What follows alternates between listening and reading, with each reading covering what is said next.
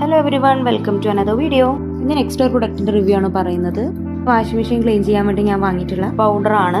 നമുക്ക് ഷവറിൻ്റെ ഹെഡൊക്കെ ഇതുപോലെ ക്ലീൻ ചെയ്യാനൊക്കെ ഇതിലുണ്ട്. അത് എങ്ങനെ യൂസ് ചെയ്യേണ്ടതെന്നൊക്കെ അതിൽ ഡീറ്റെയിൽ ആയിട്ട് പറയുന്നുണ്ട്. ഫസ്റ്റ് നമ്മൾ ഏറ്റവും കൂടുതൽ ടൈം എടുക്കുന്ന ഏതെങ്കിലും ഒരു ക്ലീനിങ് അല്ലെങ്കിൽ ടബ് ക്ലീനിങ് ഓപ്ഷനുള്ള വാഷിംഗ് മെഷീൻ ആണെങ്കിൽ അത് ഇടുക.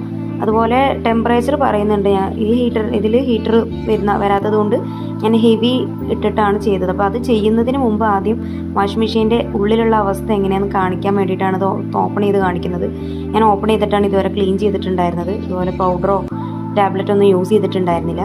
അപ്പോൾ ഫസ്റ്റ് ടൈമാണ് പ്രോഡക്റ്റ് യൂസ് ചെയ്യുന്നത്. അങ്ങനെ ഒരു പൗഡർ യൂസ് ചെയ്യുന്നത് ആദ്യമായിട്ടാണ്. ടാബ്ലറ്റും കണ്ട് പൗഡറും കണ്ട് കുറച്ചും കൂടി റിവ്യൂ ഇതിനായതുകൊണ്ട് ഇതാണ് ഞാൻ മേടിച്ചത്. ഇതിൻ്റെ ഉള്ളിൽ നിങ്ങൾക്ക് കാണാൻ പറ്റും, ഫുള്ളിങ്ങനെ പൂപ്പലൊക്കെ പിടിച്ച പോലെ ഒട്ടിയിട്ടാണ് ഉള്ളത്. അപ്പം ഇത് കണ്ടോ, നല്ല ചളിയൊക്കെ ഉണ്ട്. അപ്പോൾ അതുകൊണ്ട് ഞാൻ കഴുകാൻ തീരുമാനിച്ചത്. ഇങ്ങനെ ഒരു പ്രൊഡക്റ്റ് വാങ്ങിയെന്ന് പറഞ്ഞാൽ ഇടയ്ക്കിടയ്ക്ക് ഇതിങ്ങനെ തുറക്കണ്ടല്ലോ, ക്ലീൻ ആവുകയാണെന്നുണ്ടെങ്കിൽ അതല്ലേ ബെസ്റ്റ് എന്ന് കരുതി അതുകൊണ്ടാണ് മേടിച്ചത്. ഇല്ലെങ്കിൽ അങ്ങനെ തുറന്നിട്ട് തന്നെ ക്ലീൻ ചെയ്യുക. പിന്നെ ഇങ്ങനെ ക്ലീൻ ചെയ്താൽ നമുക്ക് ടബിൻ്റെ ഉള്ളൊന്നും ക്ലീൻ ചെയ്യാൻ പറ്റില്ല, ഈ ഒരു പോർഷൻ മാത്രമല്ലേ ക്ലീൻ ചെയ്യാൻ പറ്റുള്ളൂ. അപ്പോൾ ഞാൻ കഴുകണതിന് മുമ്പുള്ള വാഷിംഗ് മെഷീനാണത്. ഞാനത് കഴുകി കഴിഞ്ഞിട്ടുള്ളത് കൂടി കാണിക്കാം. അപ്പോൾ ഞാൻ ഈ ഒരു സാഷ് ഫുള്ളായിട്ട് ഇടുന്നുണ്ട് ഇതിലേക്ക്, ഒരു പാക്കറ്റ് മുഴുവനായിട്ട്. പിന്നെ എടുത്ത് വെക്കുന്നതൊന്നുമില്ല. ഷവർ ഹെഡ് കഴുകുന്ന സമയത്ത് ചുടുവെള്ളം എടുക്കാൻ പറ്റില്ല. അപ്പോൾ ചിലപ്പോൾ ഇത് കഴുകുമ്പോഴും ഹീറ്ററിൻ്റെ ഓപ്ഷൻ വേണം അതിൻ്റെ വരുമെന്ന് വിചാരിക്കുന്നു. ഇതിലില്ലാത്തത് കൊണ്ട് ഞാൻ ഹെവിയിലിട്ടിട്ടാണ് ചെയ്തത്. ഫുൾ വാട്ടർ, അതായത് മാക്സിമം വാട്ടർ എടുത്തിട്ടാണ് ചെയ്യുന്നത്. അങ്ങനെ ഓണാക്കിയിട്ടു. അത് 1 മണിക്കൂറായിരുന്നു. 53 മിനിറ്റ്സോളം വന്നിട്ടുണ്ടായിരുന്നു. ഒരു നോർമൽ ഹെവി ഡേർട്ടിയുള്ള ഡ്രസ്സ് വാഷ് ചെയ്യുന്ന അത്രയും ടൈം ഇതിന് എടുക്കുന്നുണ്ട്. അങ്ങനെ പിന്നെ അത് ക്ലീൻ ചെയ്തു. ഞാൻ ഇടയ്ക്കിടയ്ക്ക് വന്ന് നോക്കുന്നുണ്ടായിരുന്നു. നോക്കുന്ന സമയത്ത് ഇങ്ങനെ ചെറിയ ചെറിയ പാർട്ടിക്കിൾസ് ആയിട്ട് കലങ്ങിയ വെള്ളമായിരുന്നു ഉണ്ടായിരുന്നത്. അപ്പോൾ എനിക്ക് കുറച്ചൊരു സാറ്റിസ്ഫാക്ഷൻ തോന്നി, കാരണം വരുന്നുണ്ടല്ലോ എന്ന് കരുതിയിട്ട്.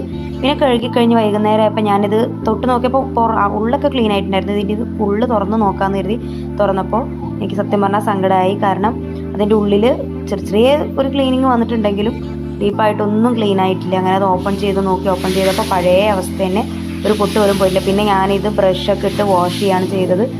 2-3 ബ്രഷ് ഇട്ടിട്ടൊക്കെയാണ് അതിൻ്റെ ഇടയിലൊക്കെ കഴുകുന്നിട്ട് തന്നെ ഫുള്ള് പോയിട്ടില്ല. മാക്സിമം എന്നെക്കൊണ്ട് പറ്റുന്നതിൻ്റെ മാക്സിമം ഞാൻ കഴുകി ക്ലീനാക്കി. ഇത്രയും കച്ചറുണ്ടായി. ഞാൻ സിങ്ക് വെള്ളം നിറച്ചിട്ട് എത്ര കച്ചറ കിട്ടി നോക്കിയതാണ്. മെഷീൻ്റെ ഉള്ളും കൂടി ക്ലീനാക്കി. പിന്നെ അതുപോലെ തിരിച്ച് സ്ക്രൂ ചെയ്തിട്ട് ക്ലോസ് ചെയ്തു. പിന്നെ ഒന്നുകൂടി റിൻസ് ചെയ്യണം എന്ന് പറഞ്ഞിട്ടുണ്ടായിരുന്നു. ഞാൻ ഇതിൻ്റെ കെമിക്കൽ എന്തെങ്കിലും നിന്ന ഡ്രസ്സിൽ എന്തെങ്കിലും കുഴപ്പമായാലോ എന്ന് കരുതിയിട്ട് ഒന്നുകൂടി റിൻസ് ആൻഡ് ഡ്രൈ ഓപ്ഷൻ ഇട്ടിട്ട് കഴുകിയതിന് ശേഷമാണ് പിന്നെ ഞാൻ യൂസ് ചെയ്തത്.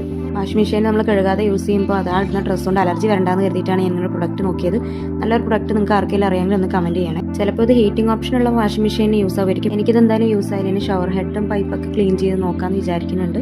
അപ്പോൾ എൻ്റെ വീഡിയോ ഇഷ്ടമായി പ്ലീസ് ലൈക്ക്, ഷെയർ ആൻഡ്